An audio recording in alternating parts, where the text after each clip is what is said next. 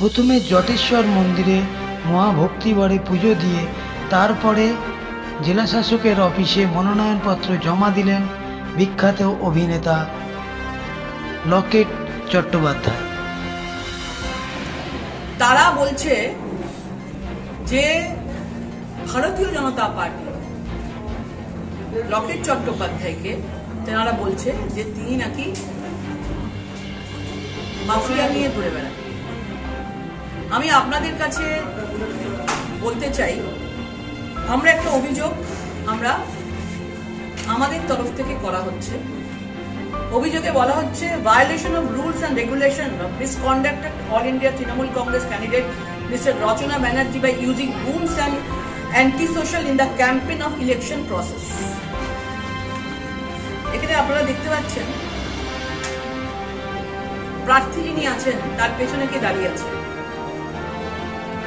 দেবরাজ পাল। তার কীর্তি বলবো, আপনারা এখানে দেখতে পাচ্ছেন কে দাঁড়িয়ে আছে, গোল করে নাম দেয়া আছে। কে দাঁড়িয়ে আছে? দেবরাজ পাল, যিনি বলছিলেন, যিনি কাল সারাক্ষণ লকেট চট্টোপাধ্যায়কে স্বপ্নে দেখেন, সকাল বিকেল রাত্রি শুধু মুখে আমারই নাম থাকে। রাম নাম করতে পারে কিন্তু দুর্ভাগ্য সারাক্ষণ লকেট নামই করেন। তার সঙ্গে দেবরাজ পালের ছবি।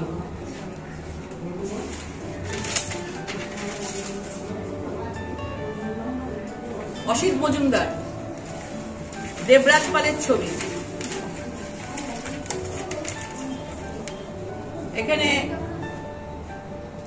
ক্যাম্পেনিং করছেন প্রার্থী, দেবরাজ পালের ছবি। ছোটগুলো দেখালাম, এগুলো দেখালাম। সকাল বিকেল রাত্রির তারা দেবরাজ পালকে নিয়ে ঘুরে বেড়াচ্ছে। কে এই দেবরাজ পাল? দেবরাজ পাল হচ্ছে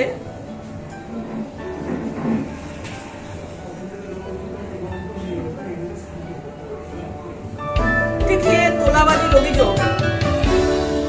অভিযোগে দেবরাজ পাল কামাল উদ্দিন নামে একজনের, তার কাছ থেকে 1 কোটি টাকা চেয়েছিল। হতমত খেয়ে গেছি, এটা এখানকারই লোকাল নিউজে। 1 কোটি টাকা চেয়েছিলেন উনি তোলাবাজির জন্য, ধমকি দিয়ে কামাল উদ্দিন। তারপরে উনি এসে এখানে উপরে নবান্ন অব্দি যান উনি, এবং নবান্ন অব্দি যাওয়ার ধমকি দেয়াতে বিধায়ক এসে, বাকিরা এসে সেটা 1 কোটি থেকে নেমে 50 লক্ষ টাকা হয়। দেবরাজ পাল মাফিয়া 50 লক্ষ টাকা থেকে উনি 17 লক্ষ টাকা দিয়েছে। নিউজটা দেখে নেবেন সবাই, লিঙ্ক আমরা দিয়ে দেবো, লিঙ্ক আছে ওই কমপ্লেনের মধ্যে। 50 লক্ষ টাকা থেকে 17 লক্ষ টাকা দেওয়া হয় এবং 17 লক্ষ টাকায় সেটেলমেন্ট হয়। তারপরে নবান্নে খবরটা যায় বিধায়ককে, যে বিধায়ক আছেন তাকে ধমকে চমকে তাকে বলা হয়, তিনি আবার দেবরাজ পালকে ধমকে চমকে ব্যাপারটাকে ধামাচাপা দেন। আরেকজন কি আছে, এই দেবরাজ পাল, তাকে মগরা থানা থেকে বেঁধে পুলিশ নিয়ে যাচ্ছিল, কোমরে দড়ি বেঁধে। কোমরে দড়ি বেঁধে এই দেবরাজ পালকে, আমাদেরই পুলিশ, এইখানেরই পুলিশ, কোমরে দড়ি বেঁধে 2-2 জেলে গেছে। আমি রাজনীতির শিকার। কার রাজনীতির শিকার? আমার নিজে বলছি আমি তৃণমূল করি, আমি দলকে ভালোবাসি, আমি তৃণমূল করি, সবাই বুঝতে পারছি।